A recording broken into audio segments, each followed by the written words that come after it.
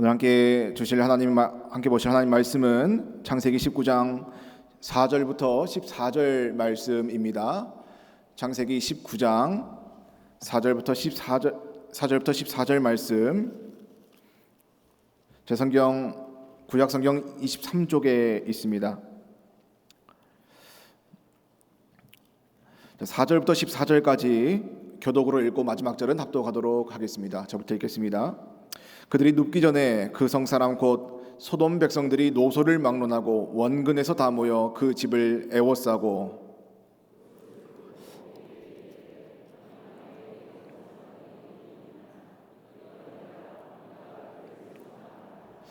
롯이 문 밖에 무리에게로 나가서 뒤로 문을 닫고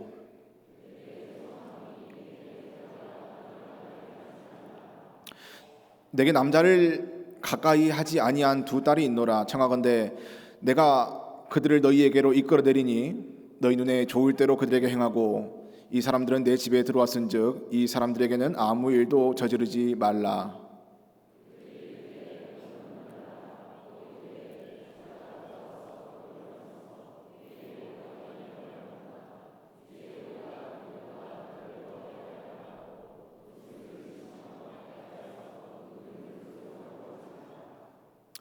그 사람들이 손을 내밀어 롯을 집으로 끌어들이고 문을 닫고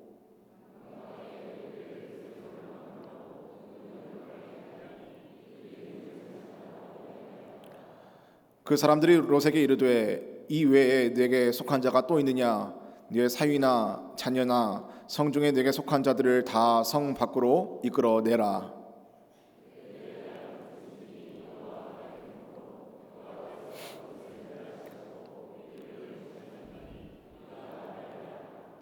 함께 읽습니다. 롯이 나가서 그 딸들과 결혼할 사위들에게 말하여 이르기를 여호와께서 이 성을 멸하실 터이니 너희는 일어나 이곳에서 떠나라 하도에 그의 사위들은 농담으로 여겼더라.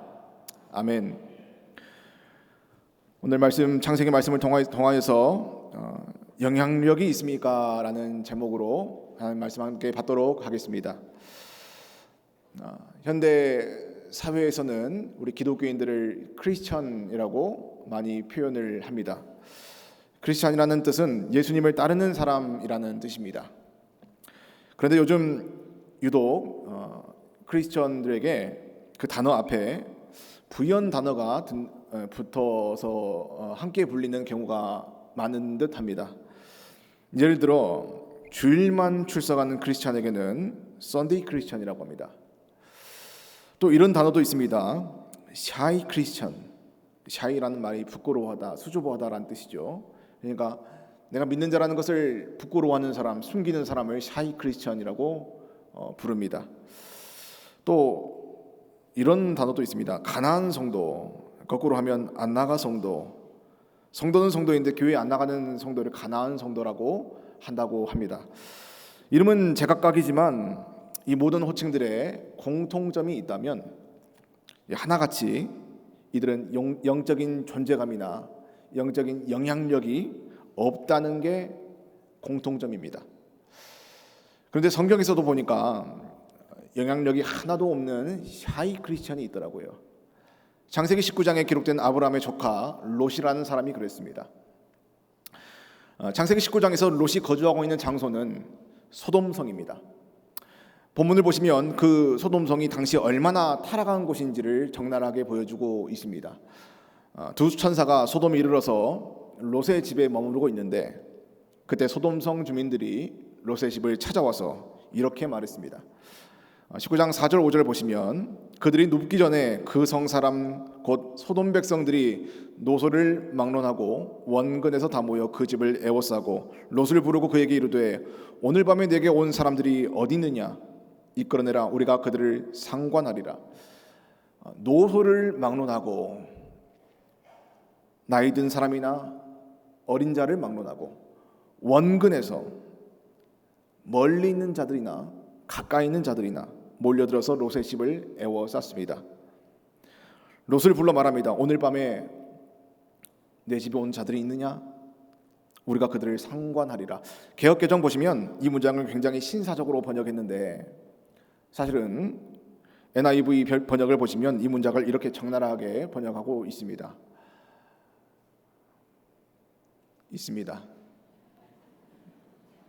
네, 있죠. 굳이 제가 읽진 않겠습니다. 충격적입니다. 어마어마하게 타락한 땅입니다. 그런데 이런 말도 안 되는 일들이 어쩌다가 한 번 일어난 것 같습니다. 어쩌다가 너무 악하니까. 그런데 그게 아니래요. 베드로후서 2장 7절과 8절 한번 보시면 이 사건에 대해서 이렇게 기록이 됩니다. 무고한 자들의 음란한 행실로 말미암아 고통당하는 의로운 롯을 건지셨으니 이는 이 의인이 그들 중에 거하여 날마다 저 불법한 행실을 보고 들음으로 그 의로운 심령이 상함이라. 롯이 어쩌다가 이런 일을 보고 겪은 게 아니라 날마다라고 합니다. 롯이 괴로웠습니다. 소돔과 고모라의 삶이 행복하지 않았습니다. 심령이 상했습니다. 그가 믿는 자로서 영적으로 누려야 하는데 영적으로 눌려 있었습니다. 그런데 성경은 분명 베드로 후서에서 롯을 의인이라고 합니다. 롯이 하나님을 믿는 사람이었다는 말입니다. 믿음이 없는 사람이 아니라는 말입니다. 성경이 롯이 의인이라고 인정하고 있습니다. 그런데 막상 창세기 본문을 보면 참 문제가 많은 의인이라는 것을 확인할 수가 있습니다. 말씀을 준비하면서 롯의 문제 두 가지 정도를 발견하게 됐습니다. 첫 번째 문제는 롯이 의인이지만 영향력이 없는 사람이었습니다. 1번 보여주세요. 됐지? 예. 롯의 문제였습니다. 첫 번째 문제였습니다. 롯은 하나님을 믿는 사람입니다. 그런데 영향력과 존재감이 전혀 없었던 사람입니다. 얼마나 영향력이 없는 사람인가 하면 본인 집에 앞에 와서 행패를 부리는 주민들을 막으니까 이 소돔과 고모라 주민들이 롯에게 이렇게 말합니다. 창세기 19장 9절 보시면 그들이 이르되 너는 물러나라. 또 이르되 이자가 들어와서 거류하면서 우리의 법관이 되려 하는도다. 이제 우리가 그들보다 너를 더 헤아리라 하고 롯을 밀치며 가까이 가서 그 문을 부수려고 하는지라. 롯이 막으니까 그 사람들이 이렇게 말하는 겁니다. 너나 물러나. 이사 와서 살고 있으면 조용히 살아. 와서 법관 노릇으로 가르치려고 들지 마. 밀쳤습니다. 그 문을 부수려고 했습니다. 그러니까 롯의 말에 어떠한 영향력이 없습니다. 어떠한 존재감도 없습니다. 그럼 이렇게 생각하실 수 있습니다. 그 땅 주민들이 너무 악해서 그런 거 아닙니까? 그런데 롯의 말을 무시하는 사람은 주민들뿐만 아니라 롯과 가족이 될 사위들도 롯의 말을 무시하는 걸 볼 수 있습니다. 창세기 19장 14절 보시면 롯이 나가서 그 딸들과 결혼할 사위들에게 말하여 이르기를 여호와께서 이 성을 멸하실 터이니 너희는 일어나 이곳에서 떠나라 하되 그의 사위들은 농담으로 여겼더라. 그의 사위들은 농담으로 여겼습니다. 농담할 분위기가 아닌데, 농담할 상황도 아닌데, 여기가 망할 거라는데, 당신 죽을 거라는데 농담으로 여겼습니다. 가족이 될 사람들에게도 롯은 영향력이 없는 사람이었습니다. 롯이 평소에 하나님 앞에 바로 선 존재였다면 사람들이 이렇게까지 무시했을까요?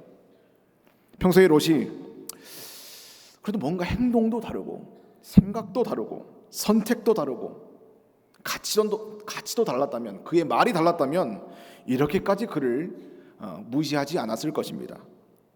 롯을 무시한 것은 가족이 될 사위들뿐만 아니라 롯을 따르던 많은 목자와 종들도 그랬습니다. 롯은 많은 사람들과 종들과 함께 소돔 성에 입성을 했습니다. 그런데 롯이 나중에 거기서 도망쳐 나올 때 그들을 데리고 나왔다는 기록이 없습니다. 가족들만 겨우 데리고 나왔을 뿐입니다. 그러니까 롯은 자기 집안의 밑에서 일하는 목자들, 종들에게도 영적인 영향력이 전혀 없었습니다. 믿음의 영향력이 없는 사람이었다는 사실입니다. 이게 첫 번째 롯의 문제였다면 두 번째 문제가 더 큽니다. 두 번째는 롯이 의인이지만 오히려 영향을 받는 사람이었다는 사실입니다. 롯이 왜 영향력이 없었겠습니까? 롯이 하늘 말과 행동을 가만히 보고 있으면 전혀 거룩함을 찾아볼 수가 없습니다. 똑같이 주민들과 생각하고 똑같이 말합니다. 롯이 소돔성 주민들에게 했던 이야기를 한번 들어보시길 바랍니다. 아주 충격적인 말을 합니다. 창세기 19장 7절 8절 함께 읽으신 본문인데요. 롯이 이 사람들을 막으면서 이렇게 말합니다. 이르되 청하노니 내 형제들아라는 호칭도 불편합니다. 이런 악을 행하지 말라. 8절 내게 남자를 가까이 하지 아니한 두 딸이 있노라. 청하건대 내가 그들을 너희에게로 이끌어내리니 너희 눈에 좋을 대로 하라.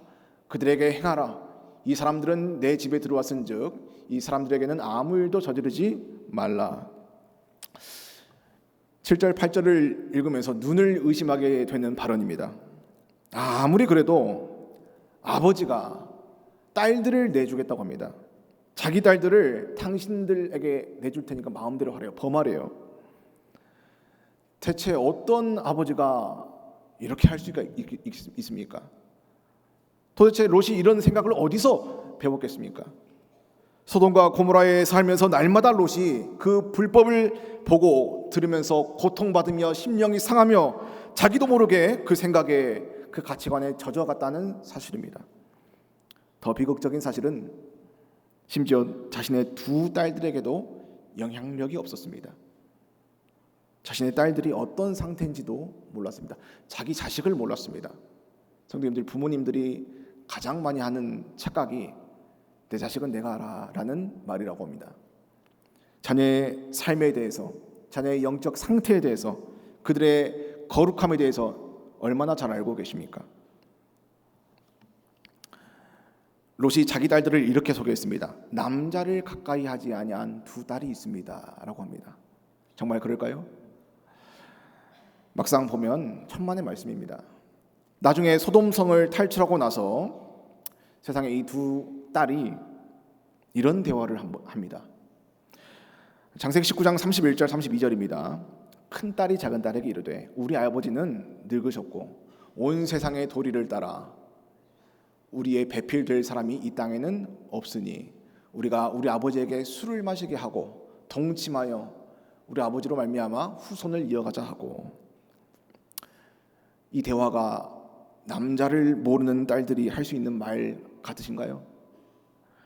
이게 믿는 아비에게 배워서 믿는 딸들의 말일 수가 있습니까? 누가 봐도 소돔과 고모라에서 극도로 타락한 자들이 할 만한 생각과 행동이 아닙니까? 실제로 이 두 딸들이 아버지의 아이를 가지게 됩니다.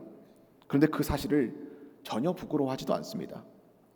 그 증거가 바로 아이 이름이 그 증거입니다. 한 명은 아들을 낳고 그 아들의 이름을 모압이라고 짓습니다. 그 이름의 뜻은 아버지로부터라는 뜻입니다. 오히려 이 아이가 어떤 아이인지 이름을 통해 드러내고 있는 겁니다. 부끄러운 줄 몰라요. 또 벤암미라고 합니다. 한 명은 그 뜻은 내 아버지의 아들이라고 합니다. 부끄러운 줄 모르는 거예요. 분명히 롯과 두 딸은 소돔을 탈출했는데 그런데 그들이 머무는 동굴이 이제는 또 하나의 소돔 동굴이 되어버렸습니다. 술을 마시고 거기서 근친상간을 하고 아버지의 아이를 낳고 그것을 부끄러워하지 않는 그곳이 소돔성이 아니면 어디가 소돔성이겠습니까? 성도님들, 믿음의 영향력이 없는 그리스도인이 그 사람이 가장이 되니까 그 가정이 영적으로 완전히 망가져 버립니다. 롯이 본인의 신앙은 어떻게 지켰을지 모릅니다. 성경이 그를 의인이라고 하니까요.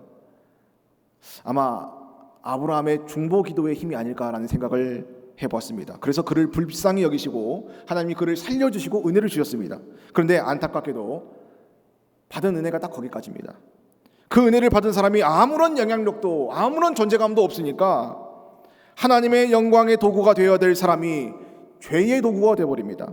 의의 무기가 되어야 될 사람이 오히려 불의의 무기가 되어버립니다. 로마서 7장 13절에서는 마치 롯의 인생을 두고 경고하는 듯한 말씀이 있습니다. 또한 너희 지체를 불의의 무기로 죄에게 내주지 말라라고 합니다. 그런데 롯은 불의의 무기로 몸을 내준 사람입니다. 죄의 도구가 되어버렸습니다. 그리스도인의 영향력 없이 살면 이렇게 됩니다. 무섭습니다.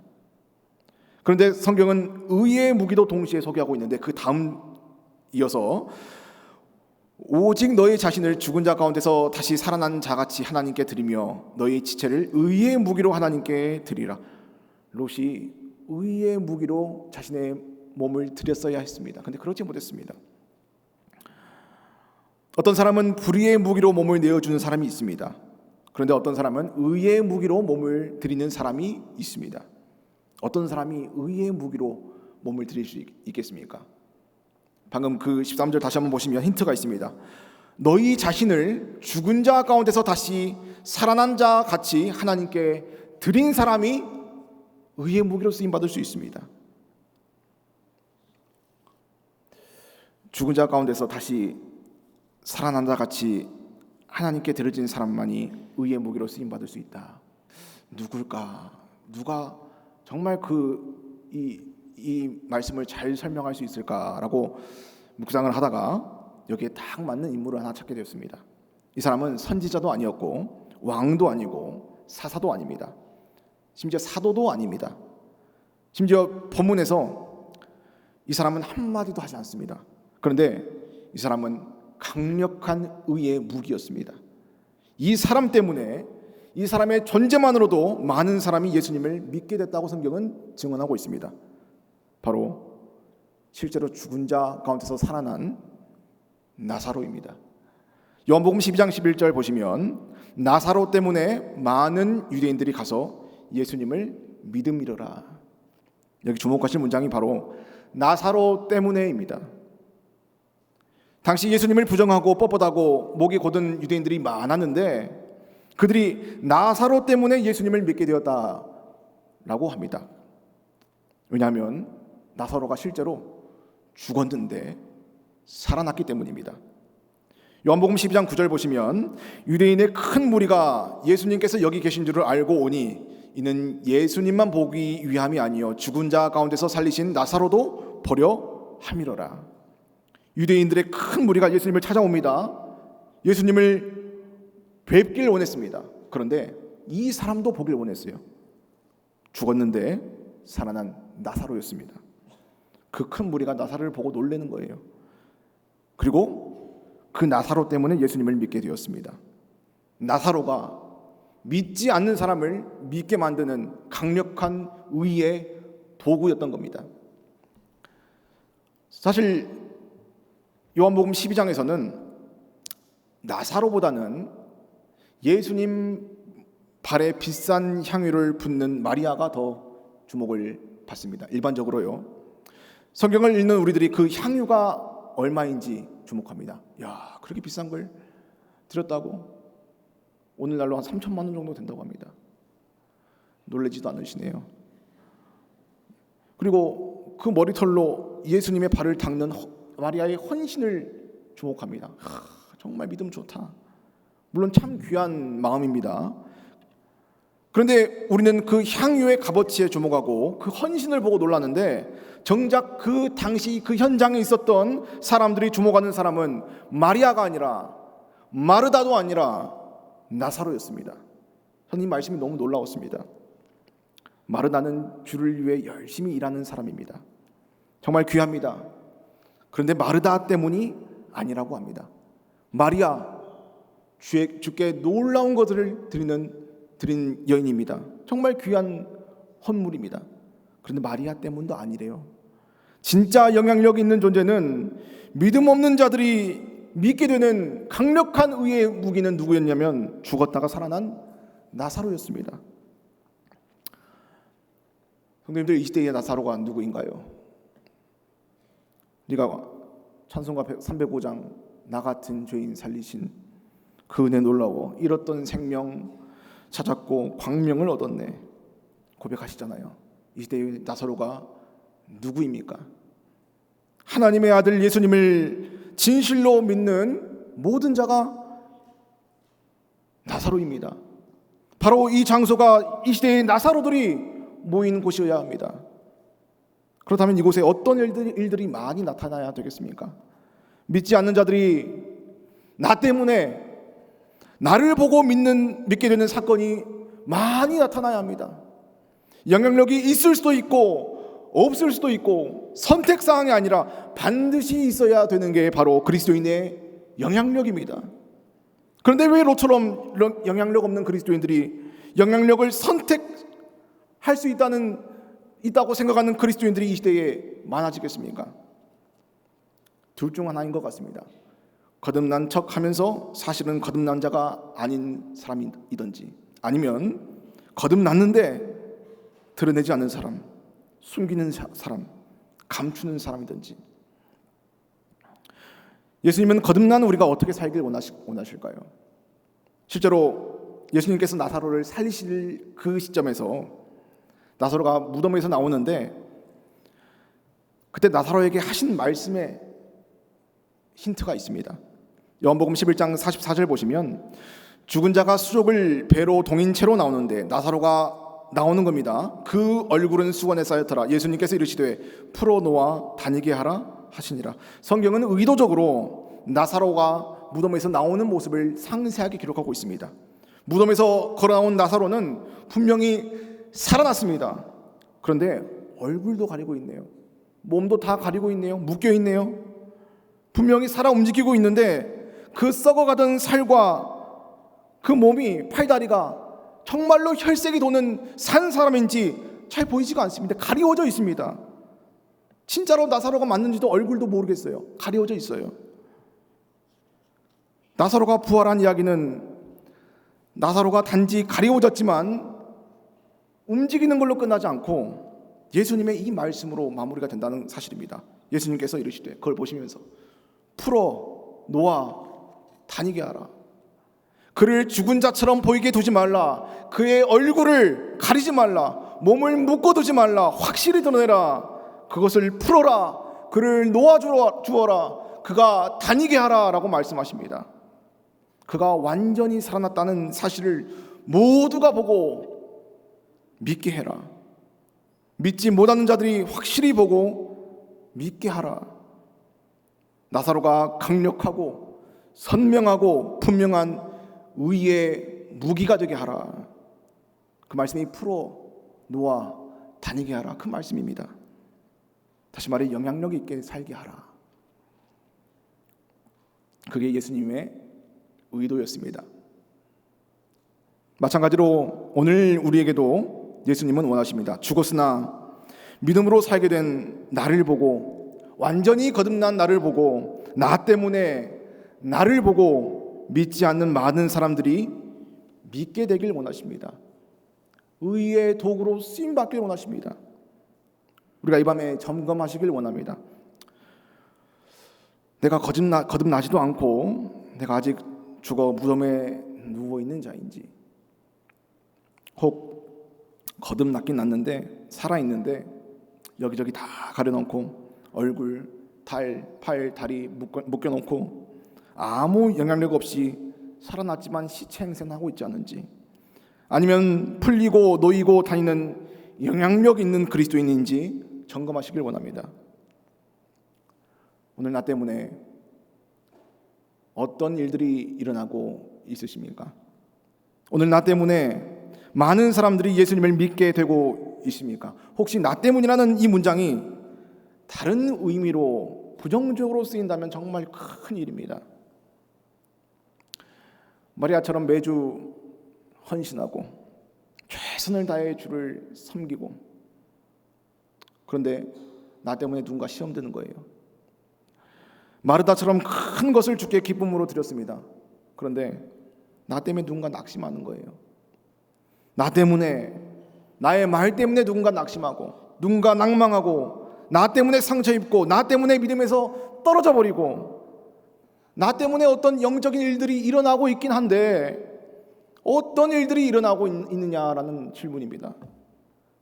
나 때문에 안 믿는 자들이 믿게 되어야 되는데 믿는 자들이 오히려 안 믿게 되는 경우가 있지 않습니까? 어떠어떠한 직분으로 어떠어떠한 헌신으로 많은 땀을 흘리고 오랜 시간 들이고 그 봉사와 헌신이 중요하지 않다는 게 아닙니다. 중요합니다. 실제로 예수님이 그 헌신과 마음을 보시고 칭찬도 하셨습니다. 하지만 강력한 의의 무기가 된 사람은 나사로였습니다. 성도님들, 오늘 이 밤에 그런 일들이 일어나야 합니다. 나 때문에 반드시 어떤 일이, 영적인 일들이 일어나야만 합니다. 아무 일도 일어나지 않아도 문제입니다. 롯이 그랬습니다. 아무 일도 일어나지 않게 사니까 나에게 안 좋은 일이 일어났습니다. 오늘도 나 때문에 많은 사람들이 예수님을 믿게 되고 있으십니까? 이 말씀 준비하는데 저부터 회개가 나오는 겁니다. 나 때문에 과연 믿는 자들이 더해지고 있는가? 요한복음 12장 그 현장을 아무리 봐도 나사로는 한마디도 하지 않습니다. 근데 그 사람은 한마디도 하지 않는데도 그 존재만으로도 많은 사람이 그를 보고 예수님을 믿게 되는 의의 도구로 쓰이고 있는데, 나는 오늘 하루도 수백 마디, 수천 마디로 한 것 같은데 나 때문에 많은 무리가 예수님을 믿게 되고 있는가? 그런 영적인 도전이 있었습니다. 성도님들, 나 때문에 우리 가정과 자녀가 나를 보고 믿게 되는 열매가 있으시길 원합니다. 예수님께서는 그 열매를 보면 나무를 알 수 있다 하셨습니다. 나 때문에 우리 교회가 은혜가 넘치는 교회가 되길 원합니다. 나 때문에 믿지 않는 자가 믿게 되는 역사가 많이 일어나길 원합니다. 한 20분 정도 계시는 것 같아요. 우리 인생에 나 때문에 믿음의 역사가 많이 나타나길 원합니다. 오늘 이 말씀을 어떻게 마무리할까 좀 고민을 하다가 이 말씀을 이렇게 마무리하기로 했습니다. 우리가 거듭나서 내 인생이 예수님이 말씀대로 풀리고 놓이고 또 다니는 영향력 있는 인생이 되려면 가장 기본적으로 무엇부터 해야 될까? 저는 여기서 아주 자극적인 단어를 쓰기로 했습니다. 바로 커밍아웃입니다. 우리 젊으신 분들은 좀 더 잘 아시는 단어일 겁니다. 보통 이 시대의 동성애자들이 자신이 동성애자임을 공개적으로 밝힐 때 커밍아웃이라는 단어를 많이 씁니다. 원래는 그런 단어가 아니었습니다. 벽장 안에 있는 게 밖으로 나올 때 커밍아웃, 드러난다, 그런 의미로 쓰였던 단어라고 하는데, 그런데 동성애자들의 전유물이 된 단어입니다. 저는 근데 그 단어가 그들의 단어가 아니라 우리 그리스도인들의 전유물이어야 한다고 말씀을 드립니다. 내가 죽었으나 예수님 믿고 살아난 존재임을 우리는 사람들 앞에서 시인해야 합니다. 사람들 앞에서 커밍아웃 해야 됩니다. 내가 거듭난 사람이라고, 내 인생의 주인은 하나님이시라고, 나는 육신의 정욕대로 사는 사람이 아니라고, 하나님의 말씀대로 사는 사람이라고 우리가 시인해야 합니다.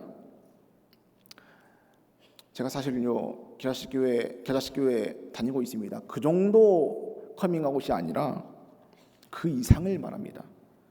믿지 않는 자들이 믿는 나를 보고 어떻게 사람이 예수님 믿고 저렇게 될 수가 있습니까? 이렇게 될 수 있습니까? 새 생명 얻었다고 하는데 그게 진짜 이런 건가요? 대체 예수님이 누구시길래, 그 이름에 어떤 능력이 있길래 사람이 이렇게까지 바뀔 수 있다는 겁니까? 당신 때문에라도 예수님이 누구신지 한번 확인해 봐야겠습니다. 성도님, 이게 참된 전도 아니겠습니까? 우리가 자꾸 다른 걸로 물론 전도해야 되지만 다른 것에, 비본질적인 것에 힘쓸 때가 참 많습니다. 아까 제가 적어뒀는데 다니엘 찬양대 가사 중에 복음 안에 소망이 있네, 복음 안에 생명이 있네, 우는 자의 소망과 위로는 오직 복음밖에 없습니다 라고 우리 가사도 그렇게 고백하잖아요. 복음에 능력이 있는 줄 믿습니다. 그리고 성경을 보니까 예수님께서 십자가에 달려 죽으실 때 실제로 커밍아웃 한 사람이 있습니다. 믿음을 커밍아웃 한 사람. 놀랍게도 이 사람은 바리새인입니다. 요한복음 19장 38절 보시면 아리마대 사람 요셉은 예수님의 제자이나 유대인이 두려워 그걸 숨기더니 2일 후에 빌라도에게 예수님의 시체를 가져가기를 구하며 빌라도가 허락하는지라 이에 가서 예수님의 시체를 가져가니라. 요셉이라는 사람은 그 전에 바리새인이었는데 주변 사람들의 시선이 무서워서 믿음을 숨기고 살았습니다. 그런데 더 이상 숨기지 않았다고 합니다. 이 바리새인이 내 믿음을 밝힐 때 얼마나 많은 용기가 필요했겠습니까? 우리가 보통 바리새인이라고 하면 못된 사람으로만 생각할 때가 많은데 자신의 믿음 때문에 이미 죽으신 예수님의 시신을 요구하는 용기 있는 바리새인도 있었습니다. 이 장면을 똑같은 장면을 마가복음 15장 43절에서는 이렇게 기록합니다.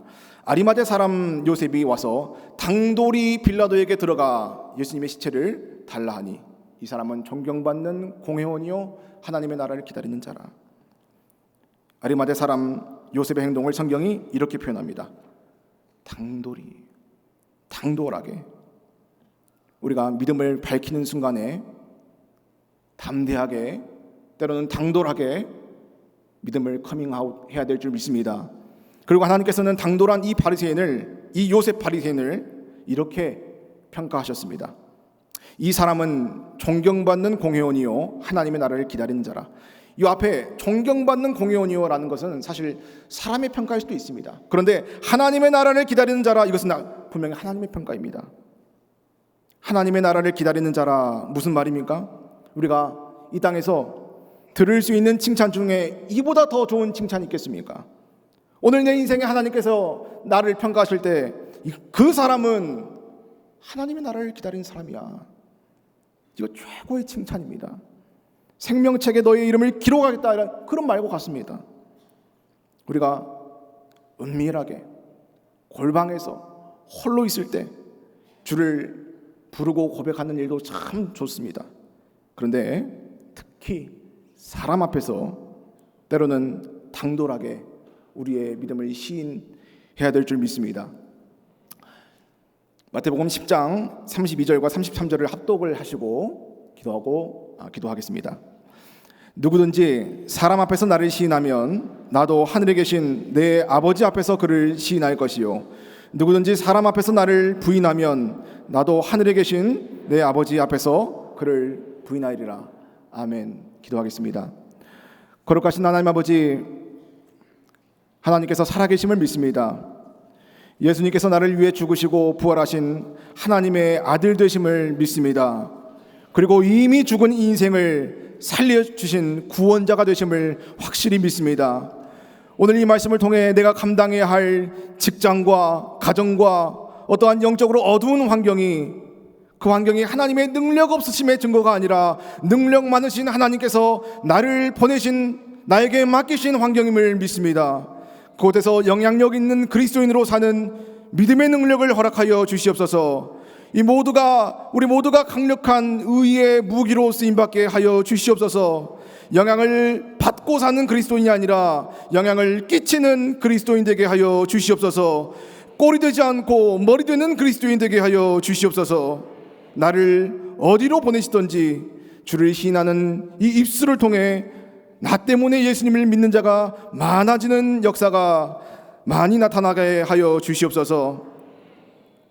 다시 오실 우리 주 예수 그리스도 이름으로 기도하옵나이다. 아멘.